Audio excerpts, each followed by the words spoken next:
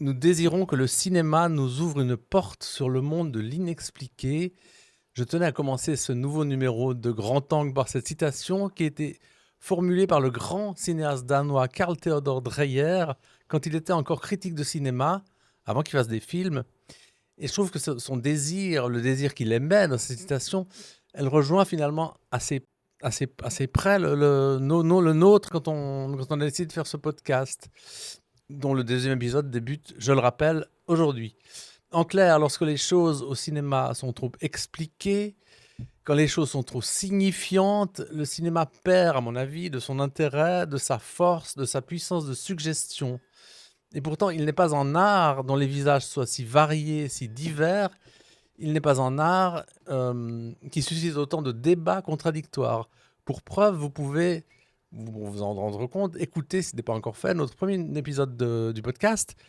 On était presque d'accord sur rien. C'est vrai? C'est vrai, quasiment. On ne s'est pas concerté forcément, mais C'est vrai. vous constaterez qu'on était vraiment presque d'accord sur rien. Sur ce, bienvenue à tous, bonjour à toutes et à tous. Salut Pascal. Voilà, salut Pierrick. Nous, oui, car j'ai l'honneur de co-animer avec le brillant Pierrick Leray. C'est gentil, merci. Ce podcast, Critique et Mérite, qui est passé par Chronic Art, par plusieurs sites, et qui officie sur le site culture.org.com, j'espère que je ne me trompe pas, et dans le magazine Le Bonbon Nuit. Exact. Alors, re-salut Pierrick, alors comment est-ce que tu te sens pour ce deuxième épisode? Est-ce que tu es aussi impatient que la première fois, voire plus impatient? Écoute, je me sens bien, je me sens moins préparé que la première, Pareil. mais autant excité. Donc Ouais. on va voir, on est très content du premier épisode, je pense que tous les deux on est très satisfaits, on espère continuer sur notre lancée avec une nouvelle très belle émission aujourd'hui. Absolument. Alors, je rappelle le principe, parce qu'on est qu'au deuxième épisode, il faut quand même rappeler en bref On est d'accord. comment ce podcast se divise en 3 parties. D'abord, un débat critique avec 5 films de l'actualité qui sortent actuellement en salle à Genève ou qui viennent de sortir ou qui sortent dans les jours qui viennent. Ensuite, un entretien avec un ou une invitée en rapport avec l'actualité genevoise. Et enfin, des coups de cœur et des coups de gueule en fin d'émission. Alors, au menu de ce deuxième numéro, 5 films. Il y a la livraison semestrielle de ce grand cinéaste qui est Radu Jude. Le film s'appelle Continental 25. Semestriel, puis il a déjà tourné un autre film depuis. Il y a Classe moyenne d'Anthony Cordier, que nous avons trouvé plus moyen que Classe. Voilà. Clairement. Il y a une immersion dans le milieu hospitalier avec l'intérêt d'Adam de Laura Vandel. Plutôt bien aimé. Voilà, on va y revenir tout de suite. Transamazonia de Pia Marais, où il est question de beaucoup de choses, on va dire simplement. D'énormément de choses. Trop peut-être. Peut-être. Et pour terminer, Un simple accident de Jafar Panahi, qui est le film qui a remporté la Palme d'Or à Cannes cette année et qui sort le 1er octobre. Notre invitée, elle va nous rejoindre d'ici quelques instants, c'est Mathilda Tavelli, qui est déjà dans le studio, je crois. Exact. Et qui est directrice d'Animatou, le festival genevois dédié à l'animation, qui fête cette année ses 20 ans et démarre le 2 octobre. Alors c'est demain, en fait, le 2 octobre. Exactement, le lendemain de la diffusion de ce second épisode. Le lendemain de la diffusion de ce podcast. Voilà pour le sommaire. Et avant de débuter, je tiens à préciser que contrairement à ce qui avait été dit dans le premier numéro, Nadav Lapid sera bien au cinéma du Grutti pour présenter son nouveau film, Yes, c'est le titre du film, Yes, oui. Le 4 octobre, et non, on avait donné une autre date, je crois le 20 septembre. On avait dit le 20 septembre, ce sera donc le 4 octobre. Qui n'était pas juste. Exact. Et donc, c'est bien le 4 octobre, on l'a vérifié 2 fois. Sans plus attendre, on attaque notre débat avec un cinéphile, avec un cinéaste, pardon, mais aussi cinéphile d'ailleurs. Probablement, ouais. Prolifique, qui est Radu Jude, avec Continental 25, qui est d'ailleurs son avant-dernier film, puisque depuis la tournée Dracula qu'on a découvert à Locarno, et Continental 25 qui a remporté un ours d'argent au festival de Berlin. Pierrick, qu'en as-tu pensé ? Plutôt du bien. Donc, je vais juste rappeler un petit peu l'histoire de Continental 25. En effet, c'est une femme qui va être face à sa propre conscience. C'est un film qui est une déclinaison, en fait, 2025 de Europe 51 de Rossellini. Alors, on est clairement loin de la classe et de la grâce d'Ingmar Bergman, évidemment. Mais justement, c'est fait exprès parce que Radu Jude veut utiliser la laideur moderne, la laideur d'un iPhone. Le film a été tourné par iPhone en 15 jours pour filmer une ville triste, dévitalisée de Cluj en Roumanie. Alors l'histoire, c'est Orsolia qui est une jeune femme qui va devoir déloger un sans-abri qui s'est réfugié dans un sous-sol d'un immeuble. L'immeuble va devenir un hôtel de luxe et le malheureux doit quitter les lieux. Apprenant cette nouvelle, il va se suicider. mais elle fait un séjour. Et donc, qu'est-ce qui va se passer? Ursolia va être face à sa culpabilité et va essayer de trouver des réponses ou du moins un apaisement à cette trouble et à cette pesanteur de culpabilité qu'elle va ressentir. Alors en effet, évidemment, la forme est repoussante, laide, mais encore une fois, c'est voulu, c'est fait exprès par Radu Jude. Et puis on va s'immiscer, pénétrer progressivement une sorte de conscience washing de la part d'Ursolia, c'est-à-dire qu'elle va essayer d'apaiser sa conscience auprès de gens de la ville de Cluj en Roumanie. Pour moi, c'est une puissante en effet réflexion sur un monde qui se complaît à la fois dans une forme de narcissisme, mais surtout dans une forme de cynisme. On a par exemple beaucoup de personnes qui vont toujours trouver des excuses au comportement d'Ursolia. Par exemple, on va lui dire que légalement, elle risque rien. Ou d'un point de vue religieux, le suicide étant péché, pareil, elle risque rien. Elle va aussi se confondre un peu dans l'alcool, où elle va picoler toute une soirée, dans le sexe un peu malsain derrière un buisson.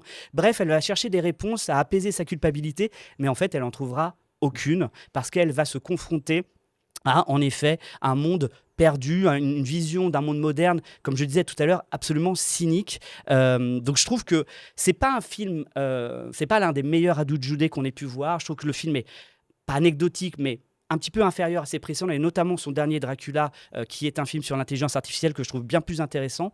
Néanmoins, comme toujours, je pense que Radu Jude, pour moi, est un des réalisateurs les plus passionnants actuellement. On a quand même une vision, j'ai envie de dire, triste, violente, de cette modernité, de ce monde moderne qui fait face à, en effet, une incapacité à soulager cette conscience et cette lourdeur de cette pauvre femme qui ne trouve aucune réponse dans toutes les relations avec lesquelles elle va nouer durant ce voyage un petit peu glauque dans les rues de Cluj en Roumanie. Qu'est-ce que tu en as pensé, toi, Pascal? Je suis relativement d'accord sur à peu près tout ce que tu viens de dire, et j'aimerais revenir deux secondes sur le côté laid du film, sur cette forme repoussante, un peu déroutante, repoussante, parce qu'elle est aussi la conséquence directe de cette volonté de tourner vite et de tourner sans moyens, avec un téléphone, comme tu l'as dit,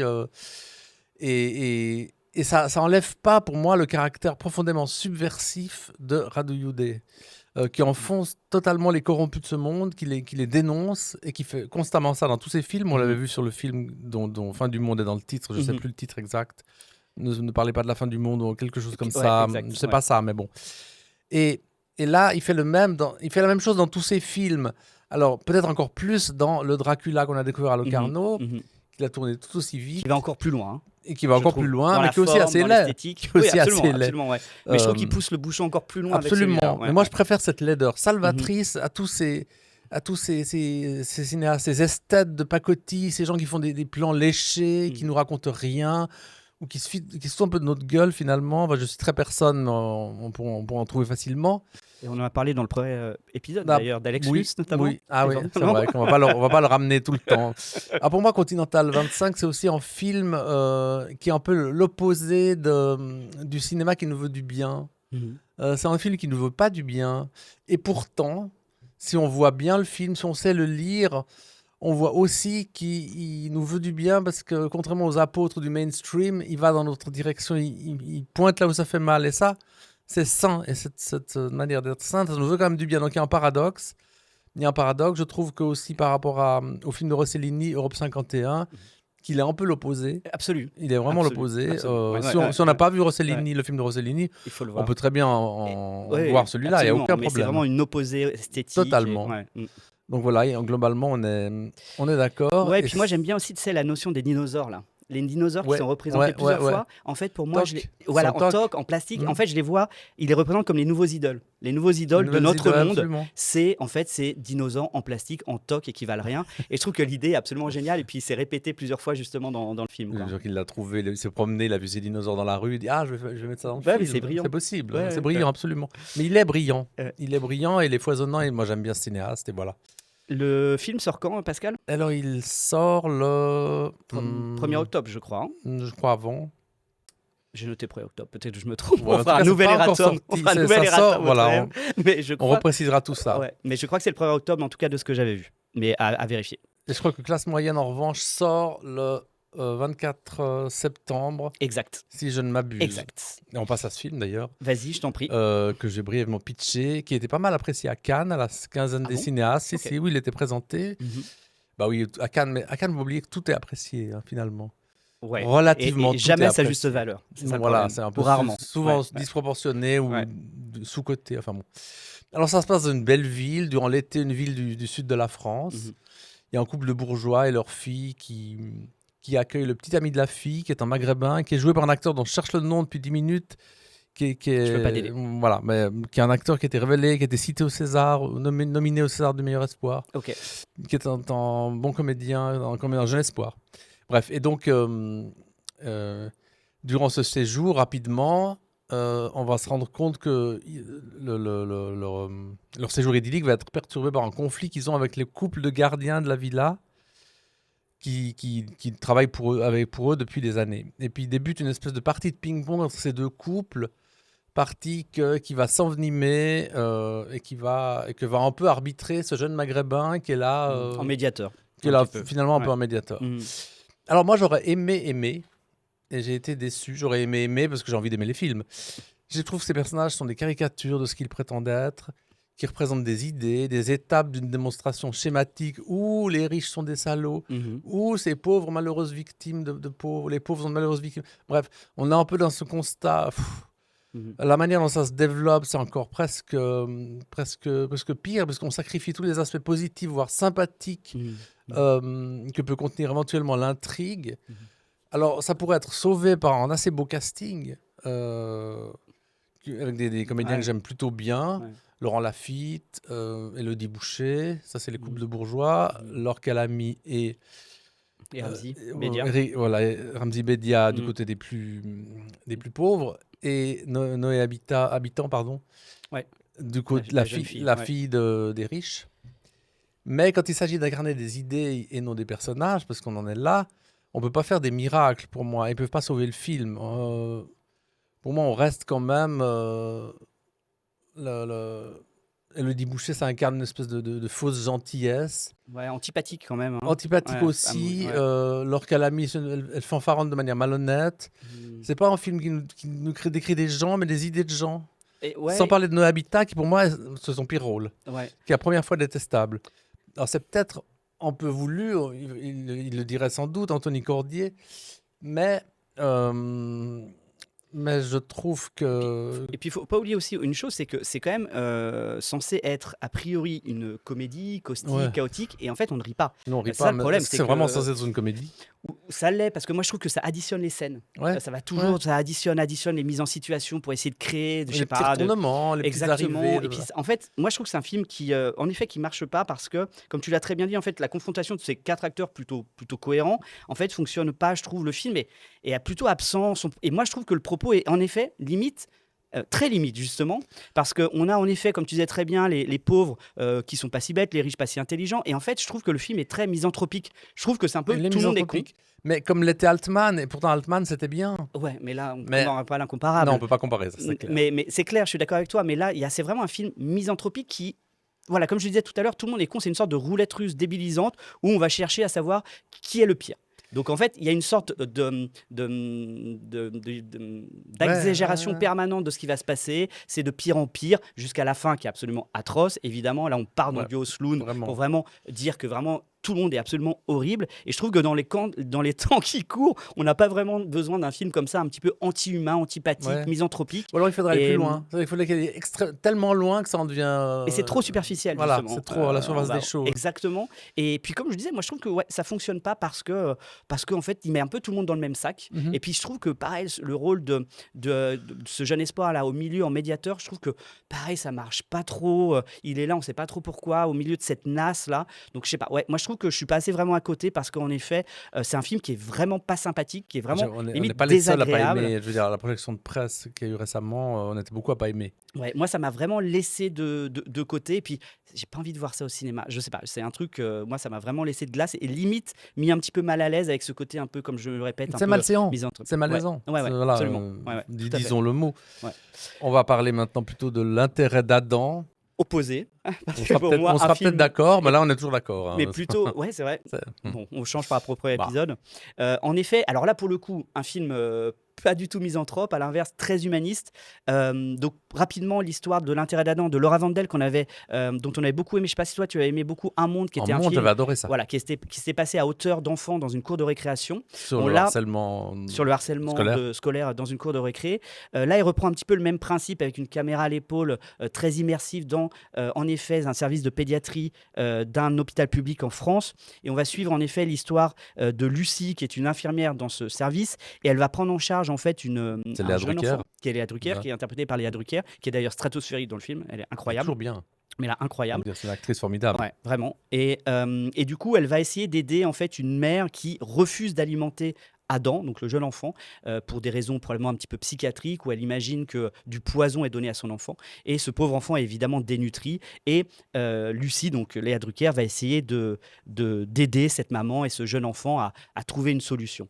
Alors, moi, ce que j'aime beaucoup dans le film, au-delà de son côté technique, immersif, haletant, ça on est d'accord, mais ce que j'aime beaucoup, c'est que c'est un film relativement dramatique, mais sans tir à larmes.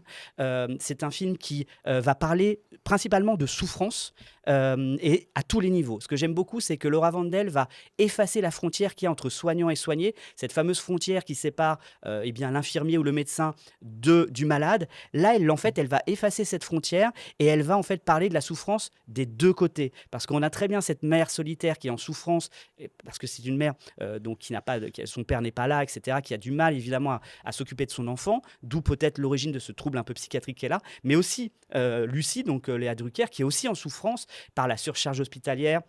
On la voit aussi en communication avec sa fille, on comprend qu'elle est également une femme seule. Et donc ça, j'ai beaucoup aimé cet aspect général comme ça de souffrance. Et l'autre chose que j'aime bien, c'est l'opposition un petit peu homme-femme. Ici, on a un monde aussi masculin qui va être en fait déchargé de l'aspect maternel et du coup en fait qui va être très brutal. Il y en a un qui veut mettre dehors la maman en appelant les policiers, l'autre qui veut Qui dit est-ce qu'il n'y a pas d'homme dans ce service, genre un truc comme ça. Ouais. exactement, l'autre qui veut déchoir un petit peu le fait que la maman puisse continuer à garder sa fille. Et face à cette dureté masculine désincarnée d'un aspect maternel, on a en effet ces deux femmes qui, au départ, justement, sont un petit peu oppositionnées, puis vont fusionner comme ça pour essayer de s'aider. Donc c'est pour moi un film, franchement, plutôt réussi. Assez remarquable, je dois dire.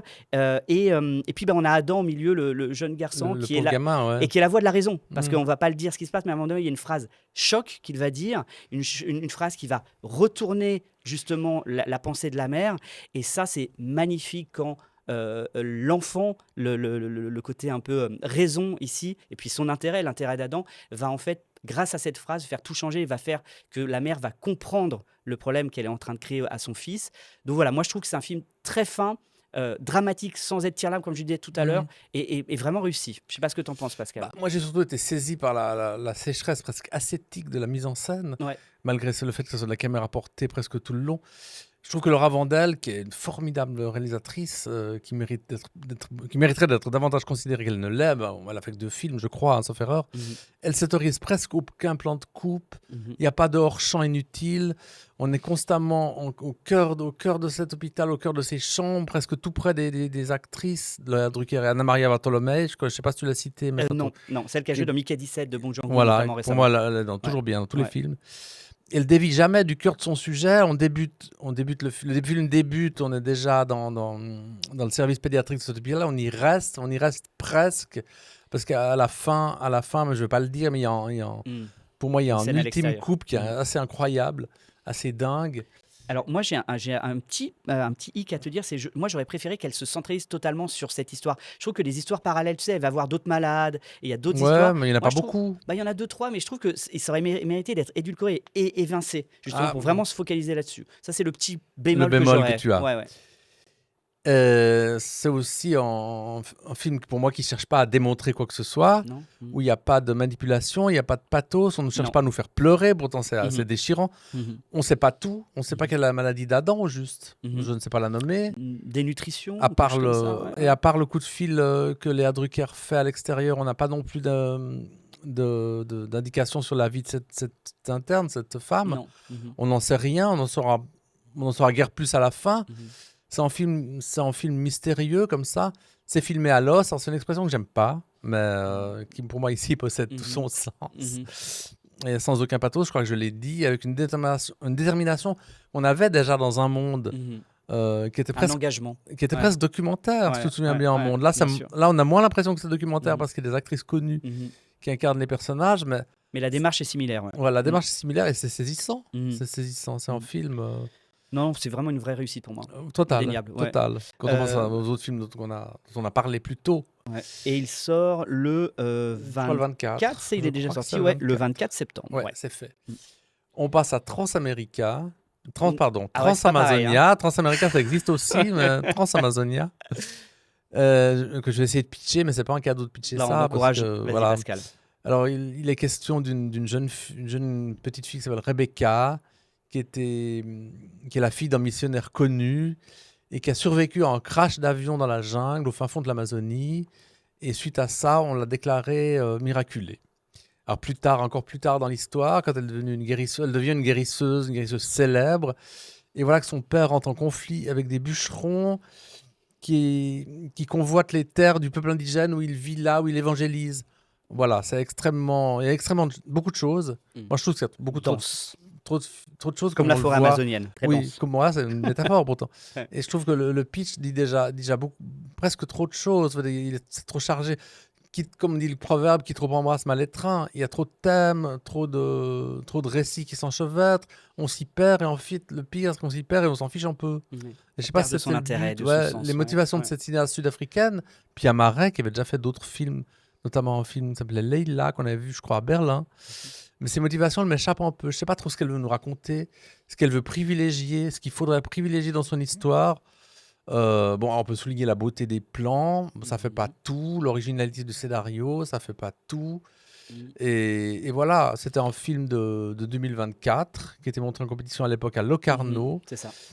Et il m'avait tellement marqué que j'ai dû me replonger dans mes notes de l'époque pour essayer de me souvenir de ce que ça pouvait être. C'est pas le film le plus marquant de Locarno. Voilà, Ouais, bah alors moi je vais pense rebondir que sur ce que tu as dit par rapport à la beauté des plans. Moi je trouve quand même le film est esthétiquement plutôt beau. il est très beau. Ouais. Il est très Et puis beau. moi je trouve qu'il y a il y a une forme de beauté de la destruction. Les plans les plus beaux en fait c'est lorsque ces grands arbres tombent. Et en Mm. fait on a ces très grands plans qui sont vraiment très beaux dans le film où on a une forme de beauté glaçante, une beauté de la destruction avec les arbres qui s'effondrent comme ça dans la forêt amazonienne. Et puis, c'est vrai que moi, je trouve que c'est un film qui est plutôt lent, une forme de langueur, qui est plutôt pas Ouais, mais c'est désagréable. pas une lenteur que j'aime. Moi, je trouve pas trop désagréable, honnêtement. Après, je suis. Désagréable, non, on va pas aller Voilà. jusque-là. Et après, clairement, je suis absolument d'accord avec toi que on se paume. On se paume dans. Il y a trop d'intrigues, trop d'enjeux. Il y a il y a ce truc à trois bandes, là, en effet, avec, comme tu l'as dit, les autochtones, ceux qui vont détruire la C'est forêt. une Puis, telenovela de 6 mois, je et- veux dire. exactement. Et puis, en fait, on est sur une forme ouais, ça additionne les enjeux, les thématiques. Et puis, en effet, je suis totalement d'accord avec toi. On se perd un peu là-dedans. Bon, qu'est-ce qu'elle veut nous dire? Bah, en fait, je Moi, trouve je c'est un sais peu pas. scolaire. Bah si, c'est l'idéologie écologiste, mais je Oui, trouve un que grand film écolo, si on veut voilà. bien, Mais justement, je trouve que c'est très scolaire au final, l'idéologie. c'est des Euh, intentions louables, mais voilà, voilà. mais qui est très de surface. Et puis, bon, tout ce qu'on peut retenir aussi, c'est que autour de cette grande guérilla, un petit peu de tous ces mondes qui s'enchevêtrent, la grande perdante, c'est évidemment l'Amazonie, c'est évidemment la nature, c'est évidemment les autochtones. Donc il y a ce côté un petit peu moralisateur écologiste, mais qui est un petit peu de surface, je suis d'accord avec toi. Et en effet, au final, on s'ennuie un peu à force de chercher, d'essayer de comprendre les enjeux véritables du film. Je crois qu'on On a est tout dit là. d'accord. sur- Ouais. Et on en je a fait crois pas qu'on- mal. On a épuisé, on on a a fait- épuisé le film. et on a fait on plus a- que j'aurais pu imaginer. Moi Ce qui est pas aussi. mal. Vraiment, on était bon. Franchement. Et le film est déjà en salle et il est sorti normalement, si je ne me trompe pas, le 10 septembre. septembre. C'est Yes. juste, c'est juste. Là-dessus, on ouais. est bon. Hein. Ouais. Là, on est bon. Là, on passe au dernier film de notre débat, qui est le plus important. Ah bah oui, c'est C'est le la gros Palme d'Or de morceau. Cannes, un Ah simple ouais. accident de Jafar Panahi. Je crois que c'est à toi de le pitcher. Bah ouais, je vais en parler. Donc Jafar Panahi, c'est le film consensus par excellence, Mhm. hein, la Mhm. thématique universelle, politique. Alors, un simple accident, comme son nom l'indique, bah, il y a un accident de voiture. qui va entraîner les personnes dans la voiture amenées au garage. Et puis, au garage, un homme qui est présent dans le garage va voir en face de lui le bourreau. Il va croit reconnaître le bourreau. Il croit reconnaître le bourreau qui l'a torturé dans une prison Mhm. iranienne. Donc, il est persuadé de son identité, il va le kidnapper. Et à partir de ce moment-là, va drainer autour de ce kidnapping de cette personne, de ce potentiel bourreau, eh bien, il va drainer avec lui d'autres codétenus aussi, qui ont subi aussi les malheurs et les tortures de ce bourreau, et va les traîner un petit peu dans cette, vous l'avez compris très facilement, dans cette grande question qui est autour du pardon, qui est autour de faire de l'humain dans l'inhumain, de voir de l'humain dans la monstruosité. Donc on est sur une thématique relativement universelle. C'est pas un cinéma qui me touche. Je trouve que le film est trop cadré, trop codifié. Panahi est un grand cinéaste, mais je trouve que le film, lui, manque de cinéma. Je trouve que manque de mise en scène, clairement. C'est un film procédé, c'est un film à postulat de départ, mais je trouve que derrière, qu'est-ce qu'il y a? Pas grand-chose. Tous les films ne sont pas des procédés, finalement.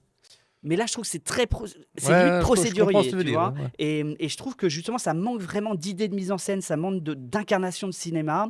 C'est un film, évidemment, comme je le disais tout à l'heure, qui questionne. C'est un film qui va nous toucher profondément, va nous interroger profondément, avec encore une fois, je me répète, cette capacité de pardonner, d'accepter l'inacceptable par un sens humain et commun. Là où Panahi est fort, je trouve, à l'inverse d'autres cinéastes, comme je pense comme ça à Fatih Akin, par exemple, qui va chercher la monstruosité dans la monstruosité et qui va provoquer comme ça le dégoût. Tu penses à quel film de Fatih Akin? Le film avec le procès, les nazis, avec Diane Kruger qui a gagné le prix de l'interprétation. C'est un mot, je crois, dangereuse, un truc comme ça. Je sais plus. Où, en fait, il poussait la monstruosité dans la monstruosité avec ces nazis qui ont tué justement un enfant. Là, en fait, ce qui est intéressant dans ce film, c'est que cet homme qui est a priori monstrueux, qui a torturé des gens, eh bien, Panahi va lui mettre un peu de lumière sur les épaules. On va découvrir évidemment que c'est un mari, que c'est un jeune père de famille, et donc il va mettre de la lumière dans l'obscurité, il va porter un regard humain sur l'inhumain, comme je l'ai dit tout à l'heure. Donc ça, c'est vraiment plutôt intéressant, mais encore une fois, même si je reconnais la force du film, c'est un film qui me rend en fait plus admiratif que conquis, plus respectueux qu'amoureux, et avec une réussite certes indéniable, mais moi qui m'a laissé à distance. Et moi, c'est pas un coup de cœur pour moi. Enfin, ça n'était pas un coup de cœur durant le festival. C'était pas du tout ma Palme d'Or non plus. Non plus. Ouais. On sait quelle était notre Palme d'Or. Enfin, je crois savoir. Ça m'a fait tout à coup penser à un film qui s'appelait Les Fantômes, qu'on avait vu à Cannes aussi il y a une année ou deux. Qui était en sélection parallèle. Hein. En semaine de la critique, sauf erreur, où il y avait un mec qui C'était un premier film. Qui reconnaissait un de ses anciens tortionnaires, ou je sais plus. C'est un film iranien aussi, je sais plus. Avec de l'argent français. Enfin, ça me fait penser juste maintenant, donc c'est ce que je le dis totalement au hasard. Moi, le sujet d'un simple accident du Panahi, donc pour moi, il est assez louable. C'est un film qui part de bonnes intentions. Et qu'on ne peut pas tellement blâmer pour toutes ces raisons-là. Donc, sinon, on est méchant. Hein. Je veux dire, on n'a pas le droit. Voilà, on n'a pas le droit. Mais je trouve que c'est quand même une Palme d'Or un peu facile, un peu trop évidente, qui récompense une démarche, comme tu dis, plutôt un procédé et non une esthétique et non une mise en scène. Je trouve le film assez pauvre au niveau de la mise en scène, assez quelconque. Et pour moi, il n'y a pas vraiment... ça ne reflète pas tellement la richesse de la sélection cannoise 2025. Je ne vais pas reciter Sirat, mais quand même... C'était autre chose. C'est autre chose. Et ça me fait penser à ce qui s'est passé récemment au Festival de Venise, à la Mostra de Venise, avec The Voice of Hind Rajab, le film de Kauter Benania. Et... Alexander Payne, le cinéaste Alexander Payne, qui était président du jury de la Mostra, avait déclaré en préambule que son palmarès ne serait pas politique. Et en gros, le film de Kauter Benania a fait une espèce de consensus pour lui durant le festival, les standing ovations hyper longues. C'est la Palme d'Or, c'est évident, si c'est pas ça, c'est un scandale. Et je pense qu'il n'est pas allé vers la facilité et que c'est peut-être à cause du palmarès cannois. C'est peut-être une conséquence du palmarès. Je fais des hypothèses.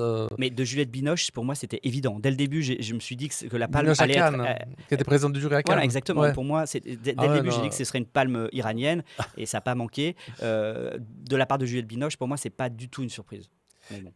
Non, pas tellement. Non, pas tellement. Elle prend assez peu de risques esthétiques. Je veux dire, je pense que les palmarès politiques ont peut-être fait leur temps. Et que c'est finalement une forme de chantage aux grands films qui dénoncent les oppressions sur Surtout, bah, évidemment, on peut pas dénoncer ces films, on peut pas dire du mal sous prétexte qu'ils dénoncent des grandes choses, Bah, qu'ils l'année dénoncent dernière, des... ça avait été un scandale sur les graines du figuier Qui sauvage où n'a tout pas le eu la monde palme et heureusement. d'Anora. Oui, et moi je trouve ça très Moi, bien, j'adore justement. Anora. Absolument. J'adorais Donc Anora. je trouve que justement, et c'est peut-être aussi une revanche, ou alors Binoche s'est dit, bon, les graines du figuier sauvage, le film iranien, l'a pas eu l'année dernière, faut que je donne un film Je sais pas iranien. si Binoche avait tout ce raisonnement-là. Ah bah peut-être, j'espère. Et Alexander Payne lui fait le raisonnement inverse à Venise. Mais moi je trouve ça plus intelligent. Il a dû Mais sentir bon. venir le vent quand il a Ouais, lu les scénarios, les ouais, synopsis des c'est films possible. Ouais. qui étaient en compétition. Alors bon, on ne peut pas dire que le film de Panahi soit mauvais. Mhm. Non, Il n'est pas mauvais, absolument pas, absolument pas. Non, mais ouais. c'est pas non plus en choc esthétique. C'est Pour pas moi, ce qui son nous meilleur touche, film, ouais. ça reste Le Miroir, Mhm. qui avait remporté le Palme d'Or à Locarno. Je sais pas Mhm. si tu l'avais vu. Bien sûr, ouais. Une histoire de tournage en Mhm. train de se faire avec une petite fille qui remet en cause le Mhm. tournage. C'était complètement fou. Mhm. Et c'était D'accord. son meilleur film. Mhm. Et on va passer à Eh notre, ben oui, on a fini avec nos 5 notre films. invitée qui s'impatiente, Oui, Mathilda. Bienvenue Mathilda. Mathilda, bienvenue. Merci de notre Merci pour invitation. l'accueil, merci pour Bien. l'invitation. J'espère que tout va bien. Mais oui, tout va bien. Alors,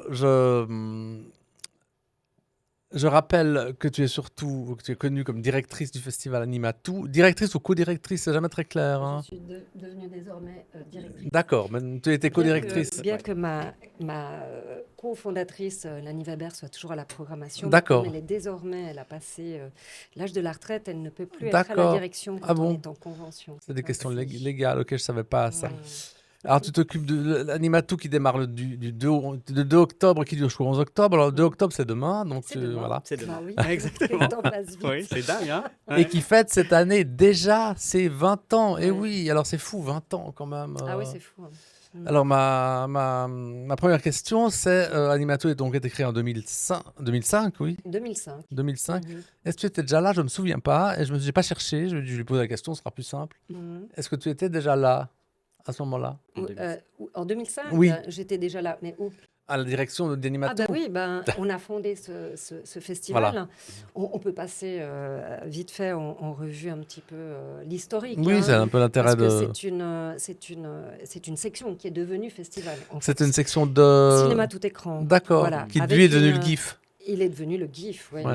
Avec une volonté de mettre en avant le court-métrage tout public, de favoriser l'accès en salle et de s'éloigner un petit peu des grosses productions de Walt Disney, mais d'offrir à voir vraiment des films qui font plaisir à tous les âges en même temps. Et c'était aussi une volonté de développer l'éducation à l'image. On a initié les rencontres, les séances scolaires. À l'époque, c'était compliqué parce qu'on recevait toutes les confirmations par fax. Et donc, voilà, la dimension qu'a pris cette section, avec le soutien de tous les actrices du monde de l'animation à Genève, nous a poussé à créer une association et à fonder ce festival pour avoir un petit peu plus de moyens financiers et d'espace pour mettre en lumière toute cette créativité. Quand est-ce qu'il s'est détaché du 12 écrans? Il s'est détaché justement en 2005. tout de On suite. est Directement. devenu, D'accord, on est ouais. devenu, parce qu'en 2003, on avait déjà cette section. Et puis, il y a eu la version cinéma tout enfant, cinéma ouais, tout, c'est ça, et c'est ça. ensuite Animatou. Je me souviens que ça a changé de nom. Ça a changé de nom, Ouais. oui, effectivement. Et on a reçu beaucoup de critiques sur le titre, le nom du festival Ah, Animatou. pourquoi? Pourquoi? Ouais. Parce que ça faisait très très enfantin et tout. Et Ah. comme on veut justement promouvoir aussi, en fait, se détacher de cette connotation animation enfant Mhm. qui colle un petit peu à la peau de Mhm. l'animation, mais en fait, on nous a dit ouais, mais vous devriez changer de nom. Et là maintenant, au vu de la situation mondiale, je trouve qu'il le porte bien. En fait, on parle d'âme, de Matou. Mhm. Un peu rebelle comme ça, on a Mhm. toujours un peu été, et puis l'âme et le côté enfant qu'on retrouve dans le dessin, dans la création animée, même si c'est des films qui sont destinés, certains, beaucoup de sections aux adultes.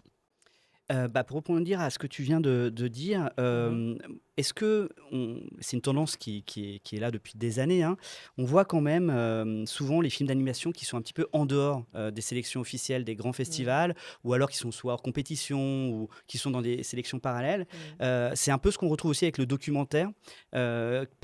Comment tu peux expliquer cela? Pourquoi il y a une réticence des programmateurs dans les grands festivals pour intégrer de plus en plus le film d'animation dans les sélections officielles? Parce que c'est vrai qu'on les voit extrêmement rarement, ils sont absents quasiment systématiquement dans les grandes sélections des Il y festivals. en a peu à Cannes, quasiment jamais à Venise, Venise etc. Je ne pourrais pas l'expliquer, mais en tout cas, ce que je peux mettre en lumière, mettre en valeur, c'est que il y avait une section à Cannes qui était une section de films d'animation. Avant que le festival d'Annecy devienne le grand festival d'animation, il avait une section à Cannes. Et pourquoi ils sont partis? Justement pour la simple et bonne raison qu'il n'y avait pas assez de mise en lumière de l'animation D'accord. au niveau des festivals en tout genre, en fait.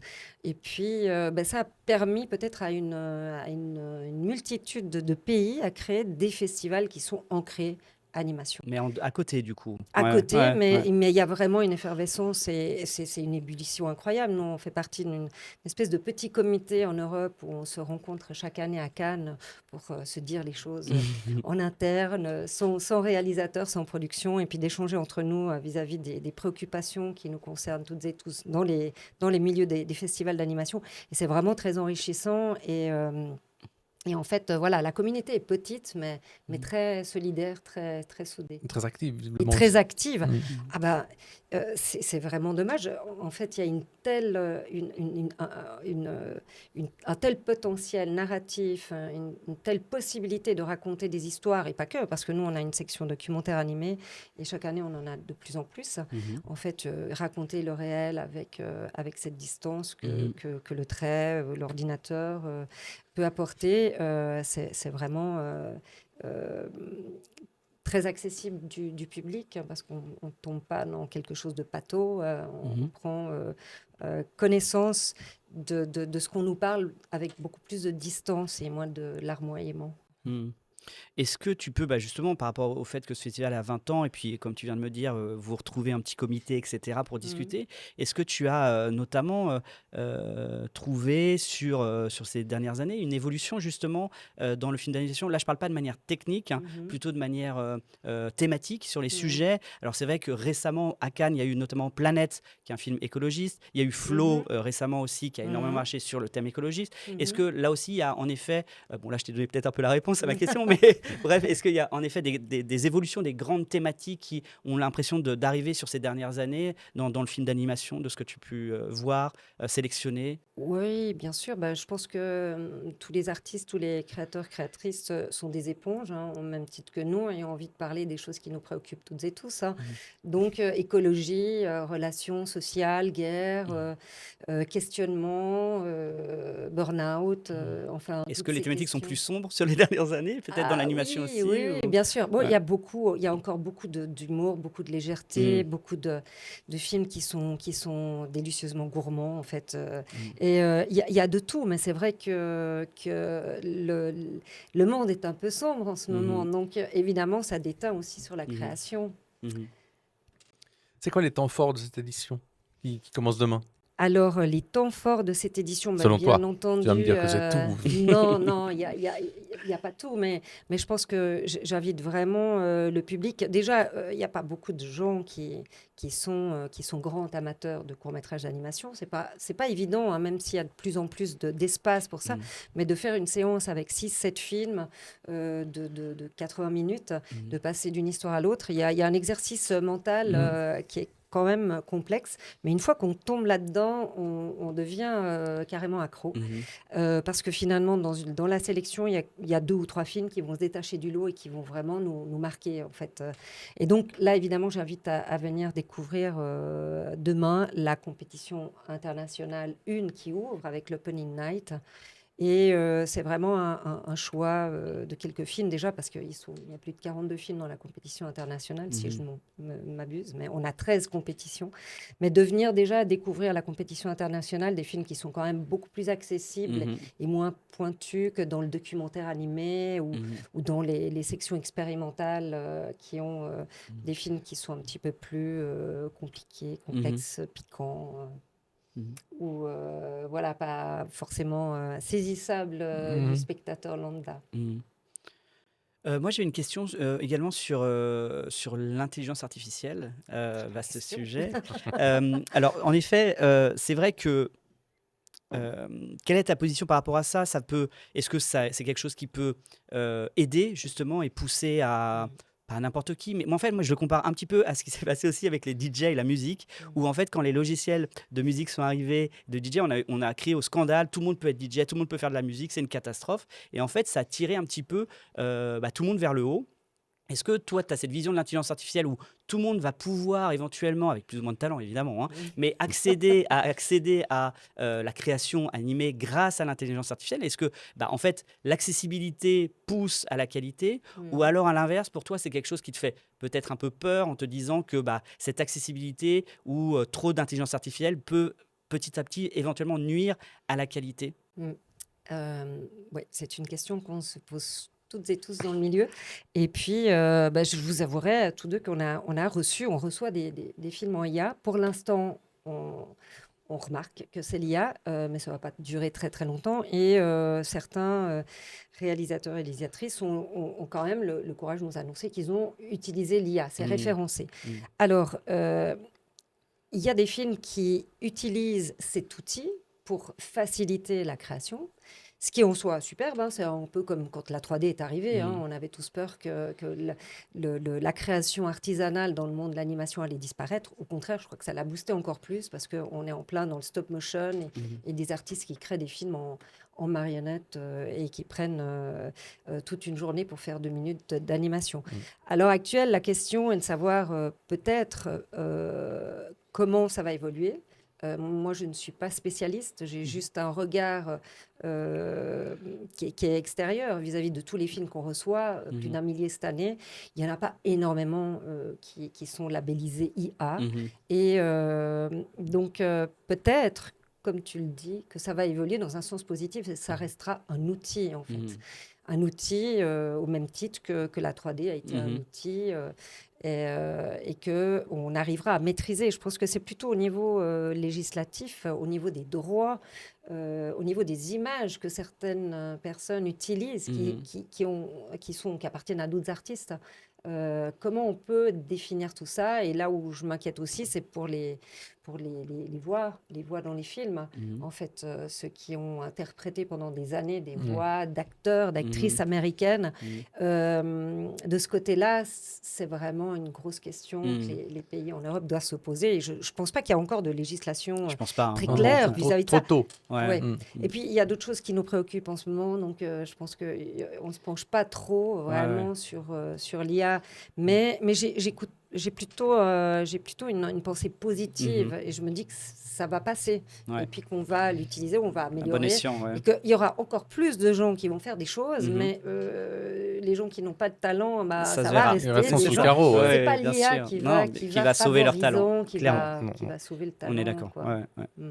Pascal, t'as encore une Juste question? une dernière chose, est-ce que tu pensais que le festival Animato durerait aussi longtemps? On fêterait ses 20 ans. Est-ce qu'il y a 20 ans, tu pensais à ça? Non. Et alors, Parce que- sincèrement, on a eu des grands moments de doute et de questionnement, et puis des situations financières qui étaient très complexes, hein, beaucoup de bénévolat les premières Ouais. années et tout.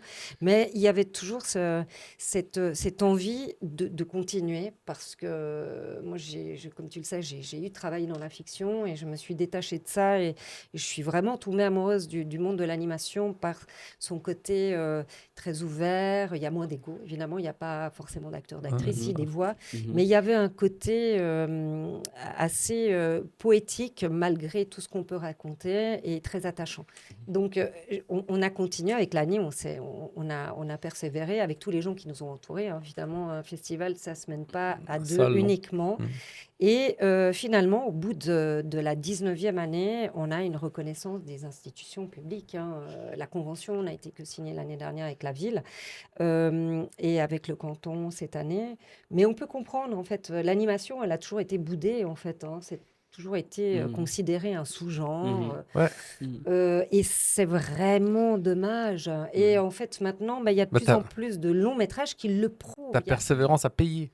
Oui, je ne sais pas si elle a payé, mais en tout Clairement cas, aussi, j'espère qu'après moi, ça va continuer et tout. Mais en tout cas, là, voilà, cette reconnaissance qui a été apportée non seulement par les institutions qui nous soutiennent financièrement et les fondations, mais aussi par le public, en fait, et surtout par le public des jeunes qui sont venus et qui avaient 20 ans de moins quand ils ont commencé, et certains qui ont fini à la Hochschule-Lucerne, passionnés d'animation, à vouloir se former en animation. Donc là, voilà, tu te dis que la boucle est Ça a bouclée. bien Puis fonctionné. en Ouais. fait, ce que tu insuffles, finalement, il y a un retour positif qui peut se faire. Mais en tout cas, voilà, beaucoup d'artistes invités cette année qui seront présents.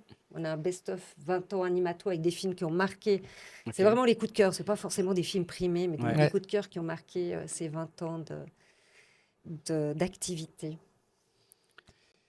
Parfait, merci beaucoup. Merci. Eh bien, merci à vous. On rappelle que c'est du 2 au 11 octobre, Exact. ça commence demain Voilà. et que c'est dans plein de salles de Genève. Ouais. À l'Ambra, Cinéma Bio, Spoutnik, Voilà. dans toutes les salles, un peu de tous les genres. Et voilà. Merci à vous Merci pour cette beaucoup. invitation. Mais Et puis tu peux rester tu peux avec rester nous. pour Hein. écouter nos coups de Ouais, cœur et ouais. nos coups de gueule. Voilà, si ça Je t'intéresse. sais jamais qui commence en premier. Je crois que c'est toi avec le. Vas-y, j'y vais. Quel est ton coup de cœur et ton coup de gueule? Bah voilà. Moi, on parlait du Spoutnik. Moi, mon coup de cœur, il va vers le Spoutnik là.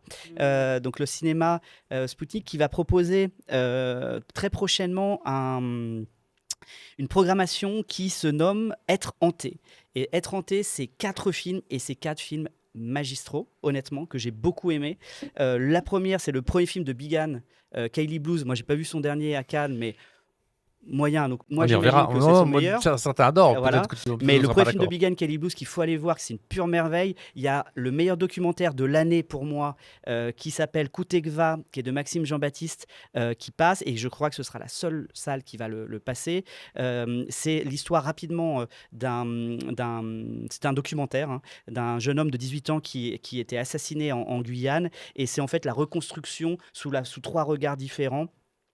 Par sa mère, par son neveu et par son meilleur ami. Et c'est un film d'une puissance pacifique vraiment bouleversante et qui a un appel aussi au pardon. Donc très très beau documentaire.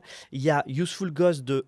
Attention, c'est pire que Apichatpong. Hein, Apichatpong, Boon Boon Chachoke, qui est une petite merveille que j'ai eu la chance de voir également. Et puis, il y a la reprise du très beau Afterlife de Koreeda de 1998. Donc, vraiment, c'est un sans faute sur ces 4 propositions ciné qui vont passer au Spoutnik ces prochains jours dans la thématique Être hanté. Mon coup de gueule, en fait, il est du côté... j'interroge un petit peu rapidement là, la place de la critique aussi de cinéma de qualité actuellement, où finalement, en ce moment, on le sait, ça fait des années que c'est comme ça, on en parlait tout à l'heure par rapport à Venise, on sait que malheureusement, la visibilité aujourd'hui prime sur la qualité. On a des influenceurs qui pullulent tous les tapis rouges, on a YouTube qui est devenu une zone publicitaire, honnêtement, à défendre des films, où en fait le clic, la visibilité a pris largement les dessus sur la qualité, où certains distributeurs, certaines personnes sont maintenant frileux de montrer les films à la critique, préfèrent les donner aux influenceurs qui vont en dire forcément que du bien. Et du coup, le cinéma, on parle plus de cinéma, et le cinéma est devenu une sorte de vecteur à fin personnelle, comme je disais tout à l'heure, pour faire des gains commerciaux en nombre de vues. Et cette tendance est inquiétante, insupportable, et va tirer la profession vers le bas. Ouais. Mais il y a de l'espoir parce que c'est pour ça que je veux revenir un mot sur Sirat. C'est que Sirat est l'exemple opposé, c'est-à-dire que c'est un film de niche que, honnêtement, d'un espagnol pas très connu. Et en fait, il est pour le public. Hein, je veux dire. personne. Ouais. Et le film aujourd'hui cartonne, est une énorme réussite. Elle est le premier, je crois, en salle, notamment dans les salles parisiennes. Et du coup, c'est la preuve que la critique de qualité indépendante peut porter un film très haut, parce que c'est pas les influenceurs qui auraient parlé de Sirat, Oh c'est non. pas les influenceurs, Ils l'ont pas vu. ils l'auraient Ils pas l'ont vu. pas vu. Alors que c'est la critique de qualité, celle qu'on aime défendre, celle qu'on imagine incarner, eh bien, elle permet de défendre des grands films comme Siratley, et il y a une réponse du public en salle. Donc voilà, stop à la visibilité à tout prix, et que, en effet, chacun développe son esprit critique en lisant et en s'instruisant sur des supports de qualité. Voilà. C'est pas encore gagné. Alors moi, mon coup de cœur, je vais rester comme la dernière fois dans le cinéma muet, à l'occasion d'un nouveau festival à Genève qui a lieu à peu près en même temps que toi. C'est des concurrents, ça existe, ça s'appelle les Inoubliables. C'est consacré aux femmes compositrices inconnues ou peu connues qui sont mises à l'honneur. Et à cette occasion-là, il y aura un ciné-concert le 11 octobre au Salon à Genève, donc, qui est consacré au film d'Alice Guy, qui est une des pionnières du cinéma, tout court. On ne sait pas trop qui est Alice Guy. Il faut un peu rappeler brièvement que Elle a débuté comme. Elle est considérée comme la première réalisatrice de l'histoire du cinéma, ce qui est sans doute vrai. Elle a débuté comme secrétaire chez Gaumont, puis ensuite elle est passée derrière la caméra. Elle a réalisé en 1896, ça date un petit peu, La Fée aux choux, qui est considérée comme la première fiction. Enfin bon, elle a fait ensuite plus de 500 films avant de tomber dans l'oubli. Alors, évidemment, chaque fois qu'on parle de pionnière du cinéma muet, on cite Alice Guy, parce qu'il n'y en a pas d'autres. J'ai espoir un jour qu'on consacre des rétrospectives à Loïs Weber ou à Elvira Notari, qui sont aussi des grandes cinéastes du muet. Peut-être qu'un jour j'en parlerai, mais bon, pour l'instant, il faut quand même se faire une idée de ce que c'est en allant voir ce ciné-concert qui sera en choix de films d'Alice Guy. Sur les 500 films qu'elle a tournés, il doit en exister encore 20, je pense. C'est dire la perte qu'il y a dans le muet.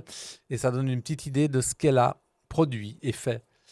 Et mon coup de gueule, alors je vais revenir sur une séquence qui date un peu maintenant, c'était il y a 15 jours environ, 15 jours, oui, il y a 15 jours. Ouais, à peu près, ouais. Le 15 septembre, sur France 2, aux 20h de Léa Salamé, Qu'est-ce une qui se passe? séquence totalement hors sol, totalement démente, que je ne l'ai pas regardée, il ne faut quand même pas pousser, mais on peut en voir de larges extraits un peu partout. Partout. On voit que ça, Partout. ouais. Alors ce soir-là, Léa Salamé recevait Marion Cotillard pour la promo du film La Tour de glace de Lucille Halilovic. J'y arriverai jamais, mais je l'ai écrit pour être sûr de film qu'on avait vu, Très que grande j'avais cinéaste. découvert à Très Berlin, grande cinéaste, Lucille qui Halilovic. sortira sans doute pas en Suisse. Enfin, je l'ai pas sur les listes, donc on verra. Peu importe. Elle lui pose à peine une question sur le film, elle s'en fout complètement, elle l'a pas vu. Je sais pas si les assistants l'ont vu, c'est pas important. Ensuite, elle cite que Marion Cotillard sera aussi dans The Morning Show, une série, j'ignore toute cette série, et je m'en fous. Et elle lui dit surtout, les femmes dans cette série sont manipulatrices, et sans doute comme toutes les femmes, vous l'êtes aussi, non? Je trouve cette question mais totalement déplacée, c'est du sexisme. C'est dément qu'en 2025 on pose cette Il n'y question-là. a pas eu aussi une question sur son divorce ou je sais Ça pas arrive, quoi? ça arrive. Ça arrive. Elle ouais. termine son interview Ouais. en disant alors vous êtes l'ex-compagne de Guillaume Canet, vous êtes séparés depuis cet été, mais on va vous revoir le mois prochain dans Karma. Et la Marion Cotillard dit le mois prochain, mais non, dans une année. Léa Salamé n'a pas révisé ses fiches, Non. pas une seconde. Interview catastrophique, ouais. Catastrophique, Catastrophique, mais ce qui ouais, révèle deux ouais. choses, qu'il faut combattre. C'est la pipelisation de l'information dans les médias. Ça, je peux plus supporter.